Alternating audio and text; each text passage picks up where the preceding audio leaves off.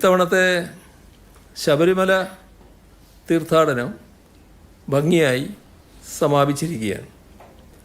അയ്യപ്പ ഭക്തർക്ക് ഒരു ബുദ്ധിമുട്ടും ഇല്ലാതെ തീർത്ഥാടനം സാധ്യമാക്കുന്നതിനുള്ള വിപുലമായ ക്രമീകരണങ്ങളാണ് സംസ്ഥാന സർക്കാരും ദേവസ്വം ബോർഡും ചേർന്നൊരുക്കിയത്. അതിൽ ഭക്തർ സംതൃപ്തരാണ് എന്നാണ് മനസ്സിലാക്കുന്നത്. തീർത്ഥാടന ക്രമീകരണങ്ങളിൽ അനുഭവസമ്പന്നരെ ഉൾപ്പെടുത്തി വരുത്തിയ മാറ്റങ്ങളും വെർച്വൽ ക്യൂവും ഒപ്പം തത്സമയ ബുക്കിംഗ് ഏർപ്പെടുത്തിയതും മണിക്കൂറുകൾ നീളാതെ ദർശന സൗകര്യം ലഭ്യമാക്കിയതുമൊക്കെ സുഖദർശനത്തിന് ഇടയാക്കിയ കാരണങ്ങളാണ്. ഈ സീസണിൽ 1/2 കോടിയോളം പേരാണ് ശബരിമല സന്ദർശിച്ചത്.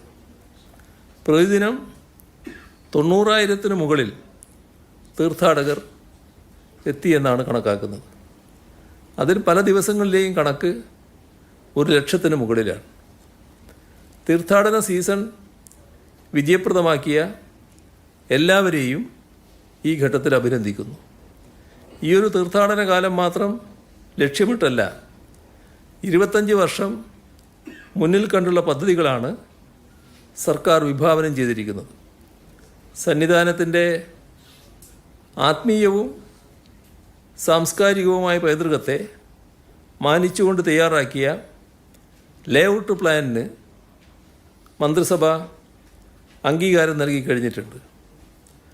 സന്നിധാനത്തിൻ്റെ വികസനത്തിനായി ആദ്യഘട്ടത്തിൽ 600 കോടി 47 ലക്ഷം രൂപയും 2028-33 വരെയുള്ള രണ്ടാം ഘട്ടത്തിന് 100 കോടി 2 ലക്ഷം രൂപയും 2034-39 വരെയുള്ള മൂന്നാം ഘട്ടത്തിന് 77 കോടി 68 ലക്ഷം രൂപയും അങ്ങനെ ആകെ 778 കോടി 17 ലക്ഷം രൂപയാണ് ലേഔട്ട് പ്ലാൻ പ്രകാരം ചെലവ് കണക്കാക്കിയിട്ടുള്ളത്.